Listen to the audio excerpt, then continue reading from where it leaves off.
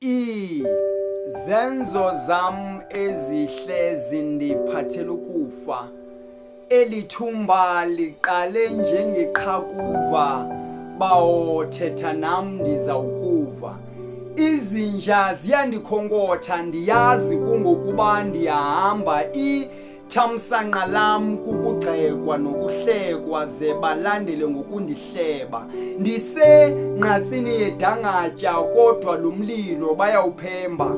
Madoda ndixoleleni kamva likapheli ithemba, ndixoleleni ngendifike ngethuba, nto nje ndilityaziswa zizibhongobhiyane bendisithi ndiza kufika msinyane.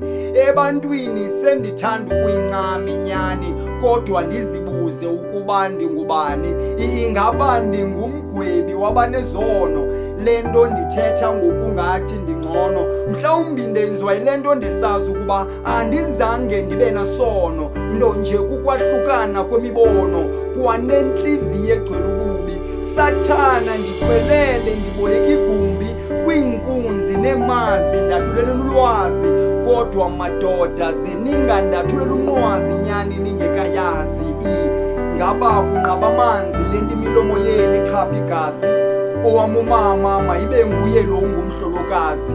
Kwezotyala iinyembezi zingxangxasi, badlala ngamamakhasi, bandityisa iinkobe ngamasi. Kula mantombi andikayibone ndingayenza umfazi, nqwana ukuba inkedama abazali bakho ungabazi.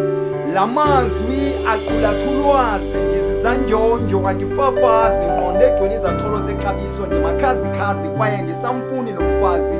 Ndibuyiseleni iinkomo zam zekhazi, ndinqala ngqo emxholweni, le nyewe emakwedini aniyazi. Uyimoto ndiyibhasi, kukho abangawaziyo umahluko phakathi kwesakhono nolwazi. Ndicela ithuba nam andinamagunya, kuyaxhentswa kuyaguywa, kodwa ngaxeshanye andinabani nawo ukundibangula. Ndiyagula kunqabe nomhlonyana lo, andinasithukuthezi sokube ndizulazula. Ngelam ithuba ndenza izinto zamehlo, khangela nangoku ziyabukwa. Ndikhululeni ndiyekeni ndithetha inyani ephepheni, rhoqo ngentsasa xa ndivuke ekuseni. Ngephezolo bendiqubuthe ephepheni, sahlukaniswe kukuphela kwencindi yokubhala esibeni.